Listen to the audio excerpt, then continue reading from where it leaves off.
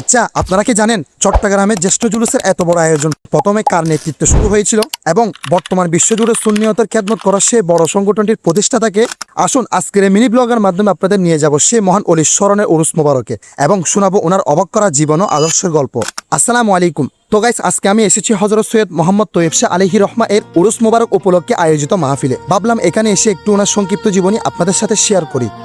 এবার আসুন মূল কথায় আসি। জি, আমি বলছি গোটা বিশ্বের সুন্নিয়তের উজ্জ্বল নক্ষত্র আল্লামা হাফেজ কারি সৈয়দ মোহাম্মদ তৈয়ব শাহ আলাইহি রহমা এর কথা। 1916 খ্রিস্টাব্দে পাকিস্তানের সিরিকট শরীফে এক সম্ভ্রান্ত সৈয়দ পরিবার ওনার জন্ম হয়েছিল। আর তিনি ছিলেন প্রিয় নবী সাল্লাল্লাহু তাআলা আলাইহি ওয়াসাল্লামের 40তম বংশধর। ছোটবেলা থেকেই তিনি অত্যন্ত মেধাবী ছিলেন এবং পবিত্র কুরআনে হিফজ সম্পন্ন করে 1943 সালে শিক্ষার সর্বোচ্চ সনদ অর্জন করেন। ওনার জীবনের সবচেয়ে বড় পরিচয় হচ্ছে তিনি ছিলেন সিলসিলায়ে আলিয়া কাদেরিয়ার প্রধান খলিফা।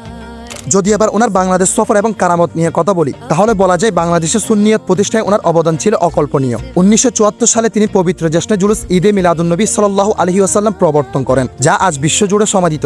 এরপর 1968 সালে ঢাকার মোহাম্মদপুরে প্রতিষ্ঠা করেন কাদেরিয়া তৈয়বিয়া কামিল মাদ্রাসা এবং এছাড়া 1986 সালে তিনি গৌসিয়া কমিটি বাংলাদেশ প্রতিষ্ঠা করেন, যা আজ মানুষের সেবায় অনন্য অবদান রাখছে। আর ওনার কেরামত নিয়ে নতুন করে কিছু বলার নাই, কারণ উল্লেখিত বিষয়গুলো সবাই ওনার সবচেয়ে বড় কারামত। যদি এবার ওনার উরুস নিয়ে কথা বলি, তাহলে আজকের উরুস মোবারকে এসে যা দেখলাম তা এক কথায় খুবই চমৎকার। শরীয়ত সম্মতভাবে অত্যন্ত সুশৃঙ্খল